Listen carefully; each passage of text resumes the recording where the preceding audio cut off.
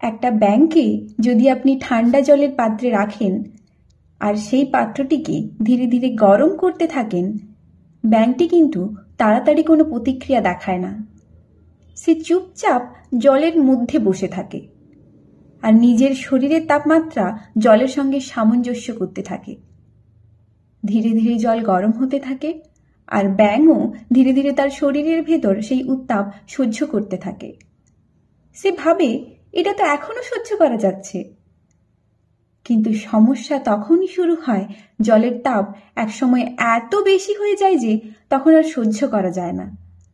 ব্যাঙ তখন বুঝতে পারে এখন আমার লাফ দিয়ে বাঁচা দরকার। কিন্তু হায়, তখন আর তার শরীরে কোনো শক্তি অবশিষ্ট নেই, কারণ সে তার সমস্ত শক্তি খরচ করে ফেলেছে আগের তাপমাত্রাগুলো সহ্য করার জন্য। তাই সে চাইলেও আর লাফিয়ে বের হতে পারে না। ধীরে ধীরে সে জলের মধ্যেই সিদ্ধ হয়ে মারা যায়।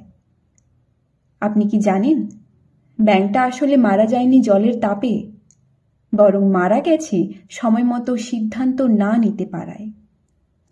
এই ঘটনাকে বলা হয় বয়লিং ফ্রগ সিনড্রোম। এই গল্প আমাদের জীবনের সঙ্গে হুবহু মিলে যায়। আমরা অনেক সময় একের পর এক অন্যায়, অবহেলা কিংবা কষ্ট সহ্য করতে থাকি। ভাবি এখন না হয় মেনে নিচ্ছি, পরে কিছু একটা করব। কিন্তু যে সমস্যা শুরুতেই ঠেকানো যেত তা ধীরে ধীরে এমন ভয়াবহ রূপ নেয় যে তখন আর কিছুই করার থাকে না। তখন আমাদের মনের শক্তিটাও থাকে না, সাহসটাও ক্ষয়ে যায়।